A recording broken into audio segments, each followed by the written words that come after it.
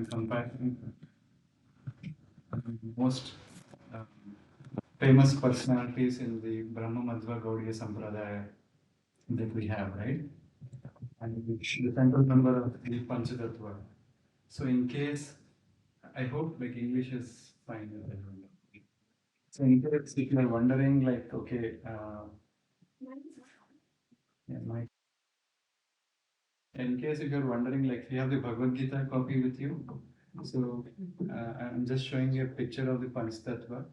So the leftmost, like in this picture, like the one, the Acharya in the white dress and white beard, we are referring him as the Advait Acharya. Okay. So till now with me? Yes, we are here. Okay. Thank you. So we'll like the way we'll do this discussion is we'll try to understand a bit about Acharya and then how his incarnation into the current Kali Yuga was, and over and above it, how his association with Chaitanya Mahaprabhu was, and like what was some of those unique characteristics that he has brought into this Kali Yuga, right? Like when his incarnation happened.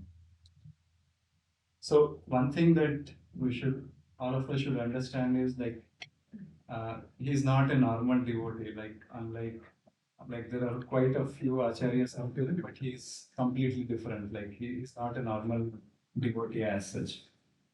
Um, like for example, if we have to talk about Chaitanya Mahaprabhu, right? Like we say he's directly an incarnation of Lord Sri Krishna, right?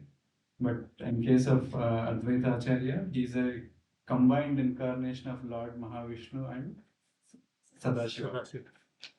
So that's what makes this incarnation of Sri Advait Acharya more special and more something that all of us should be knowing about. And among all the Panch Tattvas that we have seen, right, in the picture that we just saw, he's the most senior most person by age, by knowledge, by spiritual realization. सबसे बढ़कर है मतलब among all those, including Chaitanya Mahaprabhu से भी बढ़कर. But despite being so knowledgeful, despite having so much of um, spiritual realization and advancement, he wanted to set an example that it's not that these things make us greater, like our position and humility is not something that make us greater. And these are the things like we should be the characteristics of pure devotion, right? Like that's what he wanted to set as an example to everyone, right? So, and that is nothing but a true ornament of a Vaishnava, right? Like irrespective of however knowledgeful one is, however devotion that we have, right, or however saintly one is, it's about being humble and being obedient and as grounded as we can be, right? So that's what, in brief, about like what Sri Advait Acharya is, right? So as we move forward, we'll try to understand how his advent into this material world happened, right? So um, going back to Kali Yuga, right? So the condition back then in Kali Yuga was like very miserable, right? Like when it started to happen, so the society was deeply affected by Kali. Kali, nothing means, it means that it's a quarrelsome place, right? Like people fight for anything, everything, and so on and so forth, right? So Kali Yuga is like more like a quarrelsome place, right?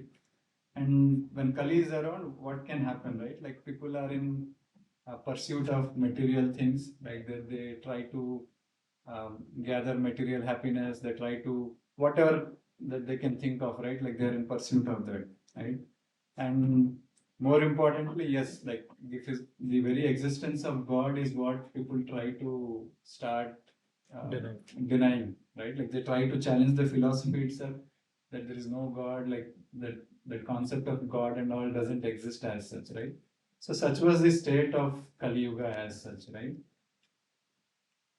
So what happened was, so so with the advent of Kali, like obviously these characteristics, right? Like people not believing in God, like chasing after material happiness and all. There was lot of there was a lot of suffering and all that was around us, right? So seeing this suffering, right? So Sri Advait Acharya's his heart melted down because he was a Vaishnava, he was humble, despite being so knowledgeful and humble and all, his heart melted down with compassion. And he thought, how can we uplift this fallen souls, right? Like, uh, and how can we deliver them out of this fall from this place, from this material world as such, right? So this was the kind of compassion that Sri Advait Acharya had. So in this process, right, like he was just thinking like, how can I uplift this fallen souls from this material planet and world, right? So that is where the story kind of goes forward in terms of his association with Lord Chaitanya Mahaprabhu, right? So Acharya, he was like having so intense and immense devotion, right? Like he started to begin worshipping Lord Krishna, right? And this worship was so intense and desired. He had such an immense desire that he was crying as well. Hey Lord, please come down. Like, please help us come down and relieve these fallen souls from all the miseries that we are seeing around. So one such thing that happened was he started to pray Lord Krishna with tulsi leaves and Ganga Jal and all, and then crying out and praying, "Ki, please come down to this planet, right, and deliver these fallen souls, right?" Like so, that's how his connection with Lord Chaitanya Mahaprabhu kind of got established, and his humble request to have him come down to this to this material world to uplift all of these fallen souls. So I hope like everyone is following so far. So we'll So take far, so good. so far so good. Okay, fine. So there will be a quiz as well, just to check like how many of us are following me. How many are not sleeping? Yeah, are like probably feeling hungry, whichever way. So, what was unique about all this devotion and the humbleness that Advaita Acharya had was his astonishing truth of our tradition that Supreme Lord would be invoked by bhakti, right, by devotion of his devotees, right? So that is what he wanted to show as an example with this kind of devotion that he has, right? So so we just saw the picture of Panchtattva, and we heard that Sri Advaita Acharya was worshipping the Lord to come down to this planet to uplift all of these souls, right? So quiz time, like whom was Advaita Acharya asking to come down to this material world? Yes. Okay. Okay, Lord Chaitanya Mahaprabhu, who is nothing but the incarnation of Sri Krishna. Both are actually Both are correct. Krishna and Krishna came as Yes, both are that's correct. And one more question, right? She also said Supreme Lord. 3 months. 3 months, yes. Yes. So, yeah, another question, right? What was the Lord's complexion looking like? Golden. Uh, yes, molten gold, right? Like that's how it looks. Gauranga, that's why we call him like Gauranga, right? Okay. So, as part of Advaita Acharya's immense desire and prayers to Lord Krishna or Lord Chaitanya Mahaprabhu to descend to this material world and to uplift this fallen souls. So, the primary motive was to distribute freely the Nam Sankirtan, basically Harinam Sankirtan. That was the primary request from Sri Advaita Acharya to Chaitanya Mahaprabhu to uplift these souls through Sankirtan movement, right? So that's why in our sampradaya, like Harinam Sankirtan, like has a very immense importance in terms of overall preaching as such. So as we move on, right, like what was the okay? See, it's like if we have to invite a social public personality or a figure, right? Like we may not have that kind of um, either we say like a relation or probably influence to invite some dignitary, right? But imagine that like Sri Advait Acharya was able to invite the Lord himself, right? Like Lord Chaitanya Mahaprabhu, right? Like, so that means like he definitely had a, he's at a different level altogether, right? So if we were to look at Advait Acharya's relationship with Chaitanya Mahaprabhu, right? So what Advait Acharya did was, one, he, despite his knowledge and all, he kind of joined his Chaitanya Mahaprabhu's Sankirtan movement, right? Fully committed, right? Despite being senior, he would like dance, chant, and even roll on the ground in ecstasy during the Harinam Sankirtan movement as well, right? So at times, like some of his acts or like some of his deeds of Advaita Acharya was such that like it was like kind of crazy. People were thinking like, what is he doing? ये क्या कर क्या रहा है मतलब, right? Like उनकी उम्र क्या है, like, and what is it that he is doing, right? बुढ़ापे में जवानी चाहिए हाँ? सोच रहे होंगे बुढ़ापे में ऐसे काम कर रहे हाँ. हैं when he was rolling jumping तो उसमें So at times he used to do like praising the Lord, or at times he used to do like criticizing in some weird ways, and then people were wondering like, what's wrong with him? Why is he doing all of this? But those with the ordinary mindset, like they couldn't really perceive like what his inner intents were, right? Through these actions, right? Like by either praising or by through criticizing, he was trying to deeply um, do the spiritual leelas meant to intensify Mahaprabhu's compassion and preaching spirit as such. So that was what Advaita Acharya was trying to do with some of those weird acts or unconventional acts that were described. So what does it tell us, right?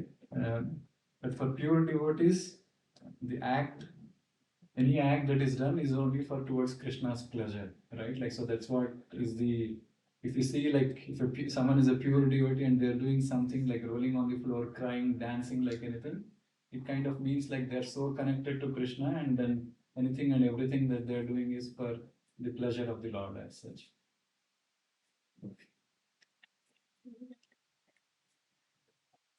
Take a stick and we run away. Right. So Krantik? Take a stick to test whether it's real or not. As soon as he saw the stick, he ran away. He was showing all the symptoms. okay. He was acting all the symptoms So from his teachings, right, and legacy perspective, Advaita Acharya, he taught us that bhakti is the highest goal of life, and devotion must be free from pride, like ghaman, like dry knowledge, like ऊपर से जो knowledge रहता है, like fakey knowledge, or any selfish motives, in the sense like मेरा कुछ भला हो जाए, or like maybe if I was hearing some other podcast as well, right? Like at times some people like maybe of that mindset that okay, in this congregation or probably in this group, right? Like there are some very famous personalities who are going to come. Like say someone is a vice president of a company or so, right? Maybe I'll have some good connections with them and I will get benefited in this job process. Switch करने में आसानी होगी So those should not be the kind of motives that one should be having, like when we're trying to have an association. Especially, we should be free from, or we should distance ourselves from all such Motives. material aspects or motives which we should try to avoid for sure. And yes, Harinam Sankirtan is the religion for the age. So Acharya's lives prove that like sincere prayer and through devotional service, it can change the destiny of the world. So that's what Advait Acharya's message was. So like if we have to reflect upon like the last five plus minutes that I was probably trying to talk about, right? What is it that we can take as takeaways from Acharya's pastimes, and like how we can do glorification of his, right? We should always ask, as followers of Lord Chaitanya, we should ask ourselves, do we chant with faith and feeling like Advait Acharya had or he did? Do we feel compassionate for others? Or only are we concerned about ourselves? If we sincerely call upon the Lord through chanting, service, and humility, the Lord would definitely respond.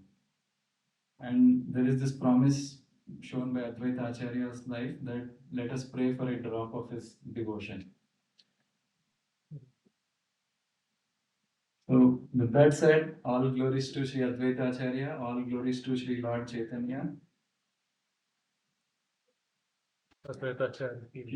The short Sankirtan is, maybe I'll read this line, probably you can repeat this after me. Jaya Jaya Advait Acharya Prabhu ki Jai. Advait Acharya Prabhu ki Jai. Tulsi Ganga Jale Krishna Ahvana. Tulsi Ganga Krishna Ahvana. Bhakta Dakate Name Avatara. Jai Shri Krishna Chaitanya Prabhu Nityananda Shri Advaita Gadadhar Shri Vasudeva Gaura Hare Krishna Hare Krishna Krishna Krishna Hare Hare Rama Hare Rama.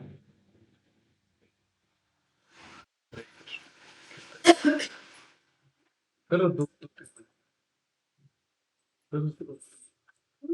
तुम कीर्तन तब तो बिठा दिया start करना चाहेंगे जल्दी।